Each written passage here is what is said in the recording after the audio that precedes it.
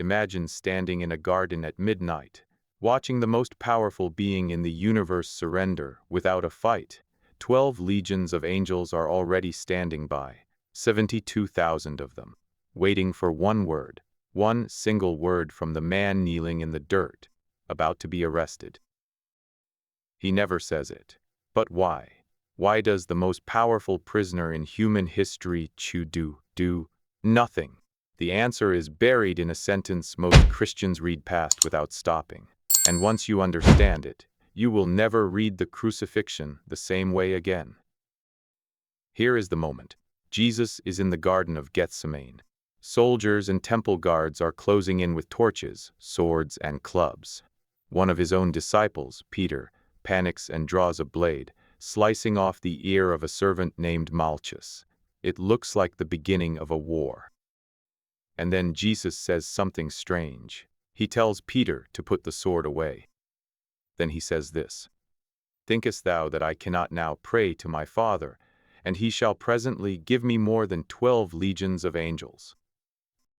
12 legions. Not 12 angels, 12 legions. In the Roman world, a legion was not a small unit. It was a fully equipped army of up to 6,000 soldiers. Rome ruled most of the known world, with roughly 30 legions total. Jesus is standing in front of Roman-backed guards in a Roman-occupied province, and he casually mentions an army more than twice the size of the entire military force holding the empire together. And he says he could have it in an instant. This is not a metaphor. This is not poetic exaggeration. The text describes a real force on standby at the exact moment of his arrest.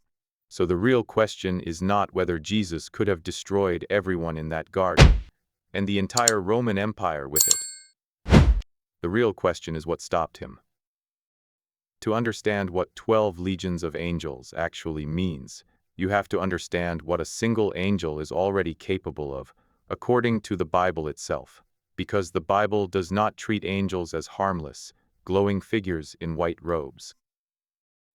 This was not the first time. Centuries earlier, in Exodus chapter 12, a single night is enough for one angelic force to move through the entire land of Egypt and strike down every firstborn son, from the son of Pharaoh on his throne to the lowest prisoner in the dungeon. One night, one command. An empire brought to its knees before sunrise. Now turn to the year 701 BC. The Assyrian Empire, the most feared military machine on earth at the time, has surrounded Jerusalem. King Sennacherib has 185,000 soldiers camped outside the walls. Jerusalem has no way to survive the night. The Assyrians have never lost a siege. Then, according to 2 Kings chapter 19, something happens in the dark.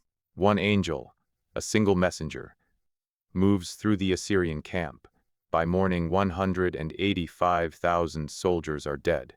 Sennacherib packs up what remains of his army and goes home in disgrace. No battle. No siege engines. One angel, one night, 185,000 casualties. Now hold that number in your mind, because we are about to multiply it. Later in 2 Samuel chapter 24, King David makes a decision that angers God, and a plague breaks out across Israel. The text says an angel is sent to destroy Jerusalem. 70,000 people die before the angel even reaches the city, and then it stops. One step away from the temple, sword raised over the city, when God commands it to stand down. One angel nearly erased a capital city with a single motion. Now do the math with me. If one angel can kill 185,000 soldiers in a single night, what does 12 legions look like? 72,000 angels, each one carrying the same destructive capability as the one that emptied the Assyrian camp. We are not talking about winning a battle. We are talking about a force capable of ending every army on the face of the earth in a single coordinated night, the Roman legions included, the temple guards included, every soldier holding a torch in that garden included. And Jesus says this force is one prayer away. This is not a display of weakness on the cross. This is the opposite. This is a man standing in front of an army with the power to erase that army and every army behind it, and choosing not to use it. So why does the Bible even mention this? Why plant a detail this explosive in the middle of an arrest scene if Jesus was never going to use it? Because the writers wanted you to understand exactly what was being held back. They wanted the contrast to be unmistakable. Total power, total restraint, in the same sentence. Keep those two numbers in your head as we go deeper. One angel, one night, 185,000 men.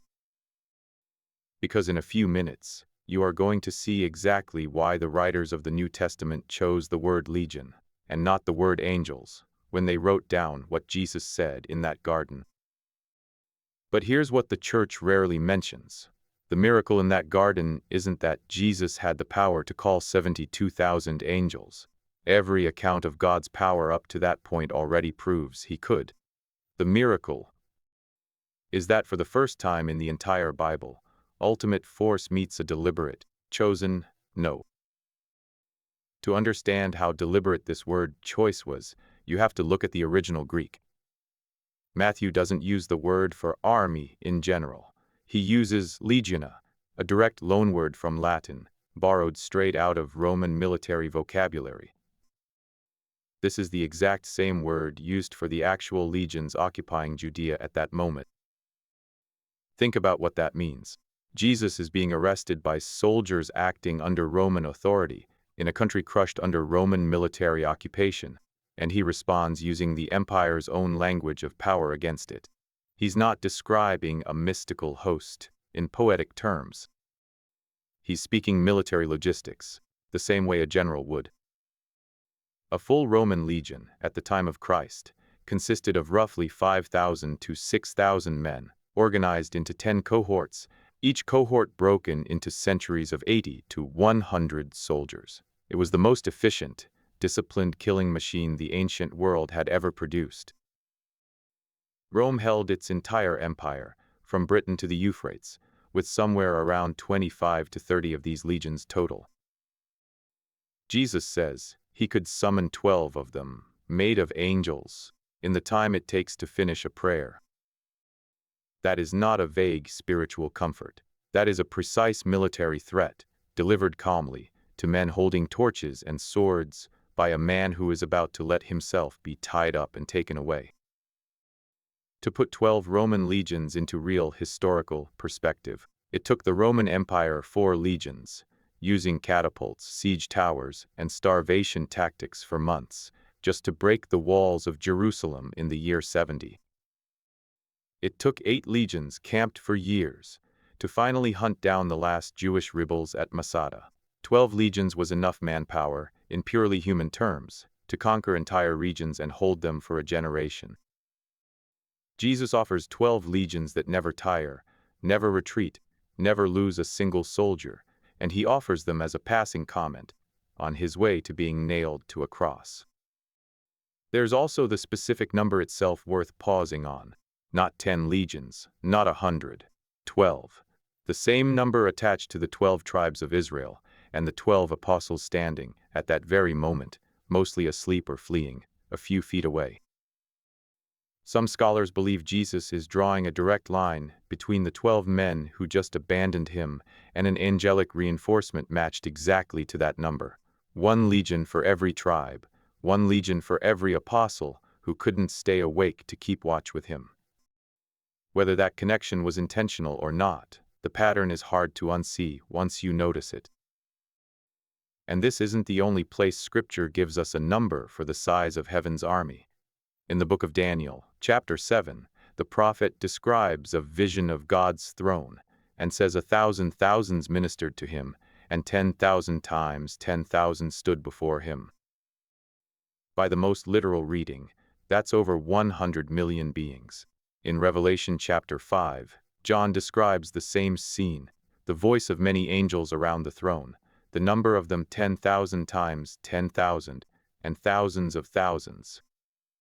12 legions is not even close to the full number available. It's not even close to a fraction of what heaven has on standby.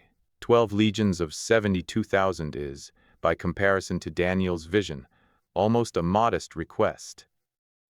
A small detachment sent to handle one garden, in one province, on one particular Thursday night. So when Jesus mentions this number, he is not exaggerating for effect. If anything, he is understating what is actually available to him. But if the power was real, and the threat was real, that leaves one uncomfortable question standing in the middle of the garden. If God had this kind of force ready to go at a moment's notice, why does this keep happening throughout the entire Bible? Why does this pattern of holding back overwhelming power show up again and again and again? Because this is not the only time God's forces stand fully armed and do nothing. Go back to 2 Kings chapter 6. The prophet Elisha and his servant are trapped in the city of Dothan, surrounded overnight by the entire Syrian army, sent specifically to capture Elisha. His servant wakes up, sees the enemy army covering the hills, and panics. Elisha's response is strange. He simply prays, "Lord, open his eyes." And suddenly the servant sees what was there the entire time. The mountain is full of horses and chariots of fire, an angelic army standing guard, invisible until that exact moment. The Syrian army never even knew it was outnumbered on a supernatural scale, and Elisha's army of fire never fires a single shot. Instead, Elisha asks God to strike the Syrian soldiers with confusion, leads them peacefully into the enemy capital, and has them fed and sent home. All that firepower. And the actual outcome is a dinner table. Go back further, to Genesis chapter 18. God is about to judge Sodom and Gomorrah, and Abraham negotiates, city block by city block, asking God to spare the cities if even 10 righteous people can be found inside. God agrees to every single request. The judgment, when it finally comes, is not impulsive. It's the last resort after every possible restraint has been exhausted. You can trace the same restraint even earlier. In Genesis, before the flood, God gives humanity 120 years of warning before judgment finally comes, according to Genesis chapter 6. That's 4 generations of mercy before the water rises. Later, when Israel builds a golden calf at the foot of Mount Sinai, God tells Moses he is ready to destroy the entire nation in an instant and start over through Moses alone. Moses argues with God, and the judgment is withheld again. Power, patience, more patience. That is the actual rhythm of the entire Bible, from Genesis to the Garden of Gethsemane. 12 legions of angels standing by is simply the final, clearest example of a pattern that had been building since the very first pages of Scripture. Then there's Gethsemane itself. Before the 12 legions comment, Peter draws his sword and swings it at a man's head. It's a single human act of violence, born from fear, and Jesus' response is immediate. Put your sword back in its place, for all who draw the sword will die by the sword. Then, he calmly reaches out and heals the eater, just cut off.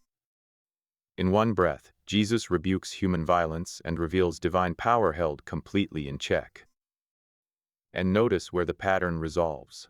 3 days after the cross, one single angel returns to that same story, rolls back a sealed stone that took an entire detachment of professional soldiers to guard, and the text says those guards shook and became like dead men, simply from being near him. One angel, not 12 legions. One. Because by that point, the fight was already over, and the only forces left to move were the ones announcing a victory, not fighting a battle. Do you see the pattern forming here? Every single time Scripture shows us the true scale of heaven's military capacity, the outcome is not devastation. The outcome is restraint, negotiation, mercy, or a demonstration meant to be witnessed, not used. The angel armies exist. The Bible never denies their power. But the recurring, almost uncomfortable lesson is that the story of God is never really about the force available. It's about the force withheld. So why does this matter? Why should any of this change how you read the crucifixion? Because once you understand what was actually available in that garden, the entire story flips. Jesus is not a victim who ran out of options. He is not a preacher whose movement got out of hand and ended in an execution nobody could stop. He is described, in his own words, standing 3 feet from an arresting party, casually mentioning that he could erase every soldier in that garden, every soldier in Jerusalem, and quite possibly the entire Roman military machine, in less time than it takes to finish a sentence. And then he walks toward the cross anyway. This is the same channel that has already shown you the Ark of the Covenant functioning as a weapon of mass destruction, and Moses' staff turning a river to blood and splitting a sea in two. Real, physical, documented instruments of overwhelming power, described plainly in Scripture. But here, in the garden, we find something categorically different, a weapon that is never drawn. 12 legions of angels are, in a very real sense, the most powerful weapon mentioned anywhere in the Bible, and its entire function, in this one moment, is to remain sheathed. Paul later writes, in Philippians chapter 2, that Christ, existing in the form of God, did not consider equality with God something to grasp, but emptied himself, taking the form of a servant. Theologians have debated for centuries exactly what that emptying meant. But standing in that garden, watching him wave away an army of 72,000 angels with a single sentence, you start to see it in practical terms. The emptying wasn't symbolic. It was a specific, concrete decision made in a specific place, at a specific hour, with the alternative sitting fully available on the table. This is why the writers of the Gospels included this detail at all, not to comfort frightened disciples with a vague promise of protection, to make absolutely certain that nobody watching the crucifixion could ever say Jesus died because he had no other choice. The angels were there. The power was real. The door out was wide open. He simply chose not to walk through it. And this changes the math on everything that follows. Every insult thrown at him on the way to Golgotha, every nail, every mocking voice saying, "If you are the Son of God, come down from the cross," all of it happens in full knowledge, on his part, that coming down was never the hard option. Staying up there was.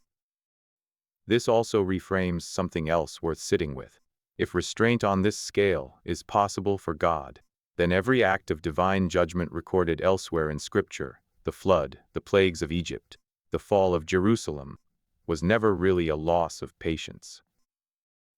It was, every single time, the final option after every softer alternative had already been offered and refused. The cross simply shows us what the softer alternative always costs the one extending it. Which brings us to the one question this story leaves sitting in the room with you. So here is where we land. 12 legions of angels, 72,000 of them, stood ready in a garden outside Jerusalem on the worst night in human history. Every one of them capable of the kind of devastation the Bible has already shown us. An army wiped out in a single night, a plague halted one step from a city, firstborn sons in an empire struck down before sunrise. And the order never came. Not because the power wasn't real, not because Jesus was too weak, too afraid, or too outnumbered to use it, but because the entire point of that night was never about winning the garden. It was about winning something the angels could never have touched with a sword. Matthew records the moment plainly. "Thinkest thou that I cannot now pray to my Father, and he shall presently give me more than 12 legions of angels? But how then shall the Scriptures be fulfilled, that thus it must be?" That is the actual weapon in this story, not 72,000 angels. The willingness to leave them standing exactly where they were.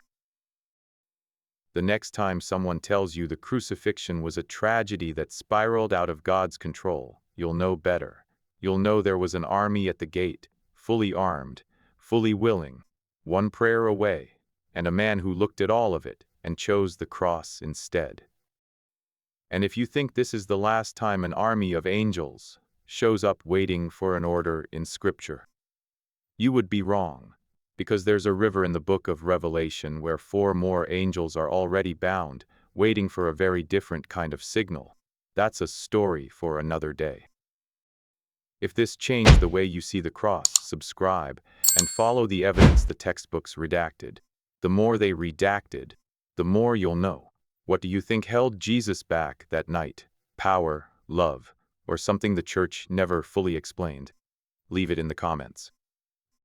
We read everyone.